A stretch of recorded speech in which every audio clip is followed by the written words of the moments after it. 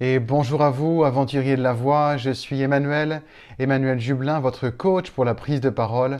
Je suis auteur du blog Votre voix au service de votre vie et passionné de vous aider à faire de votre voix cet outil spécial, particulièrement efficace au service de vos réussites.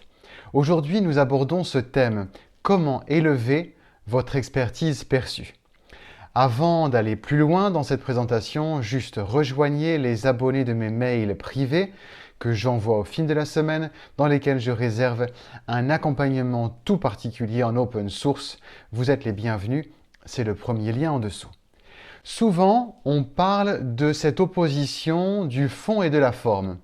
Et très fréquemment, on met bien en dessus le fond et la forme, on lui consacre un peu de temps si c'est possible.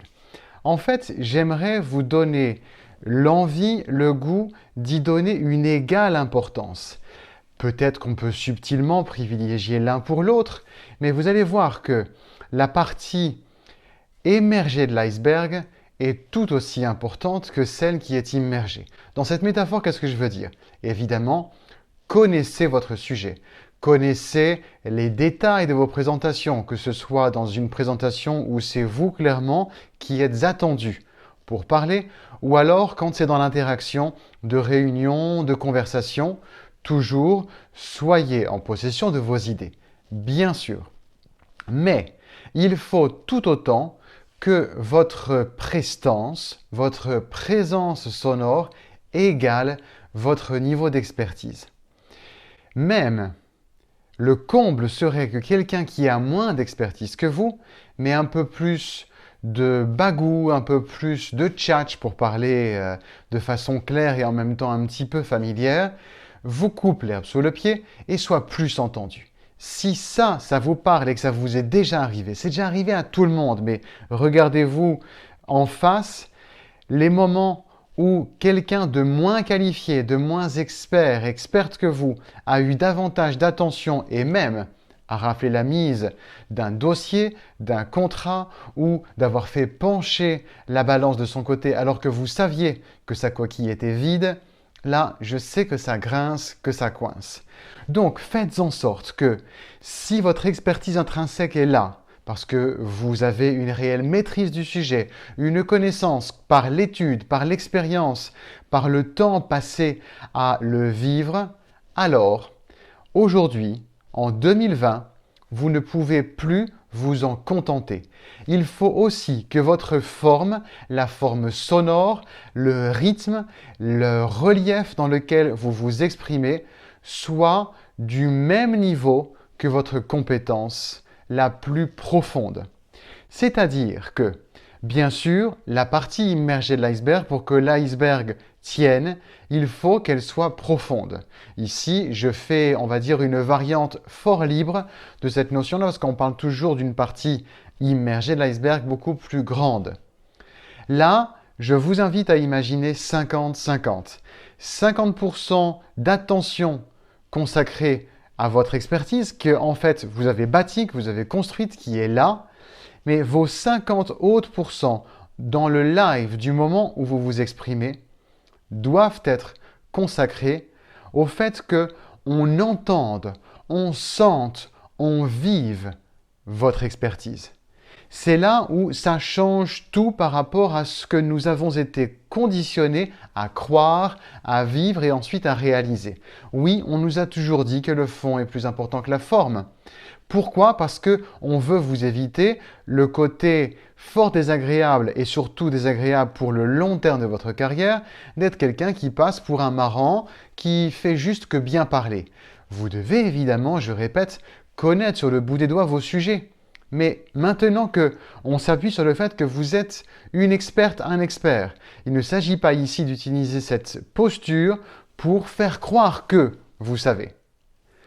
Maintenant que ça s'est posé, qu'est-ce qu'on peut faire pour vraiment donner l'image, l'impression que vous savez ce que vous savez? Votre posture physique doit être autre. Une posture de leadership. Une posture les épaules en arrière, le regard bien droit devant, Mais attention, petit conseil en passant, le regard en avant ne veut pas dire la tête montée ici. Parce que si vous mettez la tête en arrière, vous vous privez de tout un tas de résonances naturelles de votre voix. Je suis sûr que vous l'avez entendu, ma voix change si je suis comme ça ou si je suis comme ça. Maintenant, votre posture donc est dynamique et vous regardez bien droit devant. Vous souriez.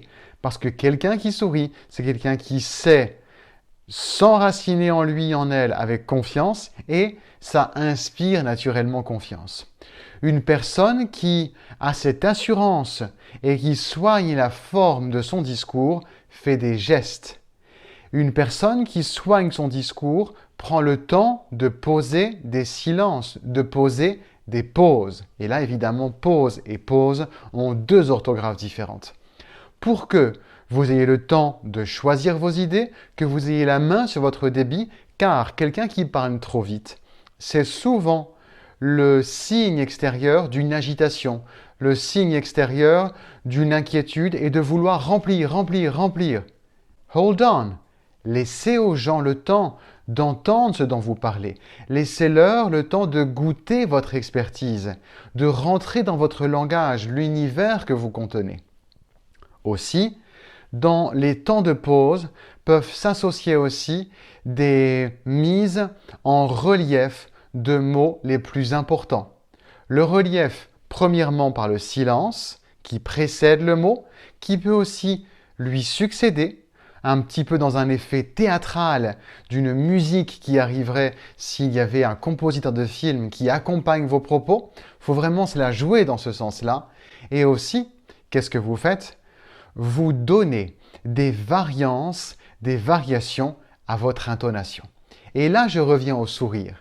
Parce que le sourire qui transmet la confiance, qui fait que on sent que vous êtes en confiance en vous, qui crée ce climat de contact, il est aussi un contact purement sonore, car quand vous souriez, votre voix vibre davantage. C'est là un monde dans lequel j'aime tellement accompagner les personnes que je suis dans mes coachings collectifs ou coachings individuels, pour que ces personnes vivent de rencontre en rencontre avec leur voix, de rencontre en rencontre ensemble dans le coaching, cette fontaine d'abondance, cette corne d'abondance, fontaine de jouvence, corne d'abondance, pour faire sonner la voix à l'envie de façon illimitée et donc de capter une attention illimitée, c'est-à-dire qui se régénère elle-même. Parce que notre cerveau aime le beau son, de même que nos papilles gustatives aiment le bon goût. Nos oreilles, quand elles sont nourries d'un son de qualité, d'un son qui voyage, qui joue avec la mélodie de la voix, chose qui disparaît grandement de nos théâtres sonores en réalité en ce moment dans la communication toute formatée, uniquement concentrée sur le sujet et pas sur la façon avec laquelle le mettre en évidence, ça vous représente ici une opportunité. L'opportunité est de vous démarquer et de capter une attention par cette différence de prestance, de présence vocale. Donc, ne vous privez pas, à partir du moment où vous avez une réelle expertise, de la faire sonner, de la faire se goûter. Il y a deux conséquences possibles. Une qui peut être à court terme un petit peu dérangeante pour vous, mais positive par la suite. Les personnes qui vous connaissent dans une version plus neutre de vous peuvent être surprises. Peuvent même vous dire, écoute, c'est intéressant comme tu parles, mais tu te la pètes un peu.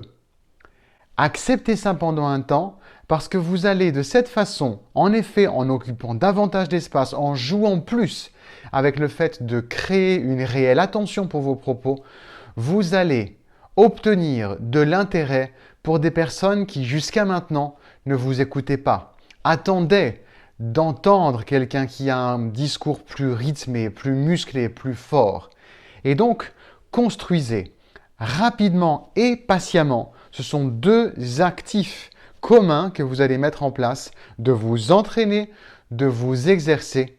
Et vous allez voir que d'autres personnes se retourneront vers vous, se redresseront en vous écoutant et vous obtiendrez une écoute qualitative, toute nouvelle de la part de personnes qui n'avaient pas encore calculé la richesse que vous contenez. Ceci est une promesse majeure que je vous fais, et si c'est une clé que vous cherchez de vraiment construire, capter, générer une attention neuve dans vos présentations publiques, dans vos interventions et prises de parole, vous êtes les bienvenus à bord des mails quotidiens et aussi de découvrir ce que recèle l'école en ligne que vous trouvez sur le site Votre Voix au service de votre vie.